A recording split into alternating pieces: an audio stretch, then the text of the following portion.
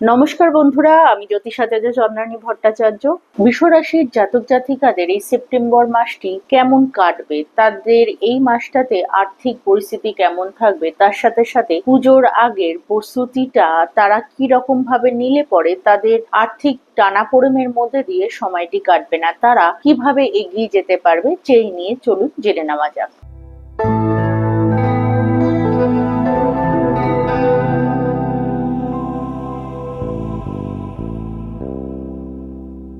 আপনারা যারা আমার ভিডিওগুলোকে পছন্দ করছেন এবং আপনাদের মূল্যবান মতামত জানাচ্ছেন, তাদেরকে অসংখ্য ধন্যবাদ। আর যারা আমার চ্যানেলে নতুন এসেছেন, তাদের সকলের কাছে অনুরোধ রয়েছে অবশ্যই চ্যানেলটিকে সাবস্ক্রাইব করুন আগামীতে নতুন নতুন জ্যোতিষ সংক্রান্ত ভিডিওর আপডেট পাওয়ার জন্য।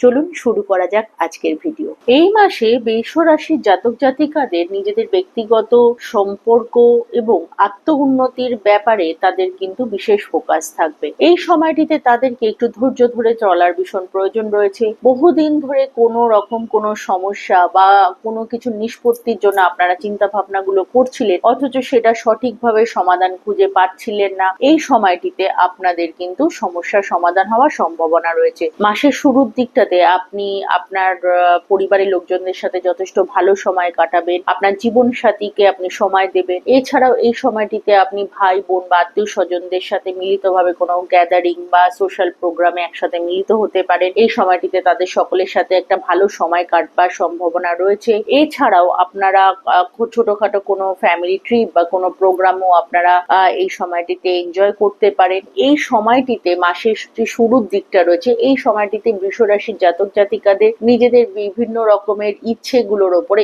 একটু কন্ট্রোল রাখার প্রয়োজন রয়েছে। এই সময়টি পরিকল্পনাবিহীন কোনো প্রকারের ব্যয় অথবা শপিং সংক্রান্ত বিষয়গুলোতে একটু হ্রাস টানাটার প্রয়োজন রয়েছে। মাসের প্রথম দিকটাতে আপনাদেরকে একটু বুঝে চলার ভীষণ প্রয়োজন। 15ই সেপ্টেম্বর থেকে শুক্রর অনুপ্রবেশ ঘটছে আপনার রাশির চতুর্থ ভাবে।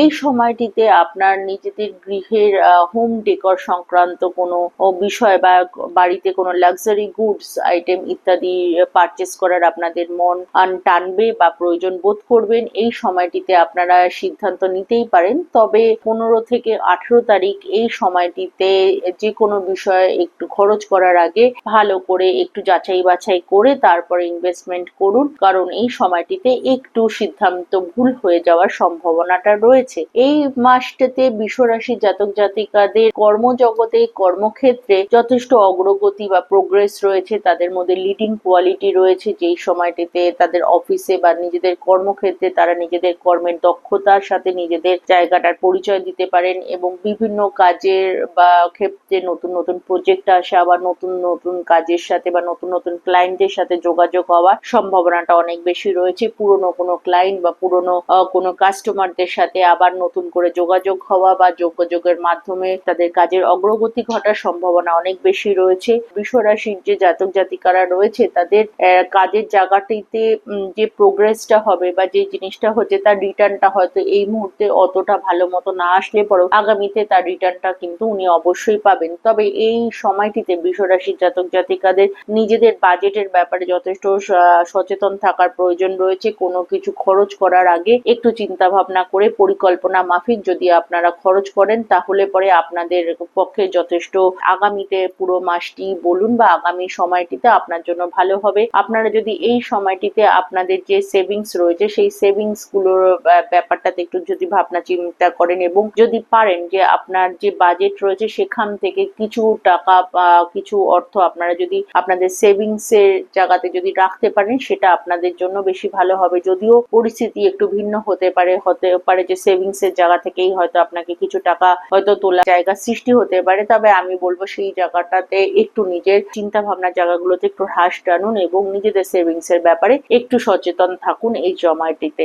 এই সময়টিতে যারা বিবাহিত যারা রয়েছেন, তাদের জন্য পারিবারিক সম্পর্কগুলো তো অবশ্যই ভালো থাকছে, তবে যারা নতুন কোনো সম্পর্কে জড়াতে চাইছেন বা বিবাহ করতে চাইছেন, তারা নতুন যোগাযোগের জন্য মাসের প্রথম দিকটা তাদের জন্য খুবই ভালো সময়। আগামীতে তারা একটু একটু করে তাদের সম্পর্কের দিকে নতুন নতুন পদক্ষেপ পদক্ষেপ নিয়ে এগিয়ে যেতে পারেন। ছাত্রছাত্রীদের জন্য এই সময়টিতে একটু নিজেদের পড়াশোনার ব্যাপারে একটু বেশি পরিমাণে ফোকাস আনার প্রয়োজন রয়েছে, যেহেতু তাদের লগ্ন সাপেক্ষে রাহু এবং শনির যে অবস্থান রয়েছে সেই কারণে তাদের হয়তো পড়াশোনার ক্ষেত্রে বা বিভিন্ন কাজগুলোর ক্ষেত্রে অনেক সময় তারা একটু লেথার্জি বোধ করছেন। তাদের হয়তো অনেক সময় মাইন্ড ডাইভার্ট হওয়ারও সম্ভাবনাটা অনেক বেশি থাকছে।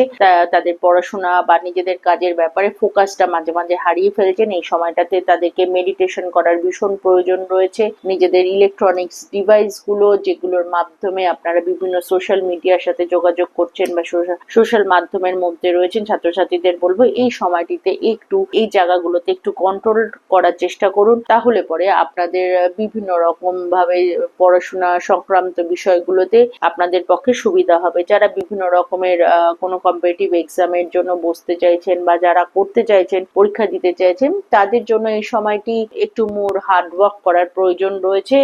সফলতা পাওয়ার জন্য তাদের অবশ্যই নিজেদের কর্মের ক্ষেত্রে বা কাজের ক্ষেত্রে ফোকাস আনার বা পড়াশোনার ক্ষেত্রে বিশেষ করে মোর ফোকাস রাখার প্রয়োজন রয়েছে।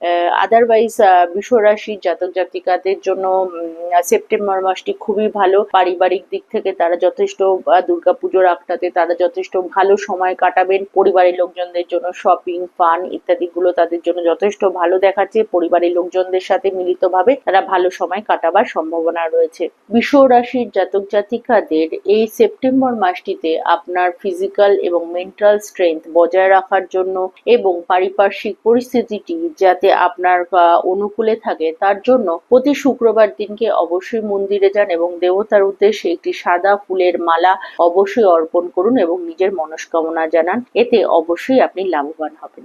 যদি আপনাদের আমার ভিডিওটি ভালো লেগে থাকে তাহলে অবশ্যই লাইক, কমেন্ট এবং শেয়ার করতে ভুলবেন না। খুব ভালো থাকবেন আপনারা সকলে। খুব শিগগিরই দেখা হবে পরবর্তী ভিডিওতে। ধন্যবাদ।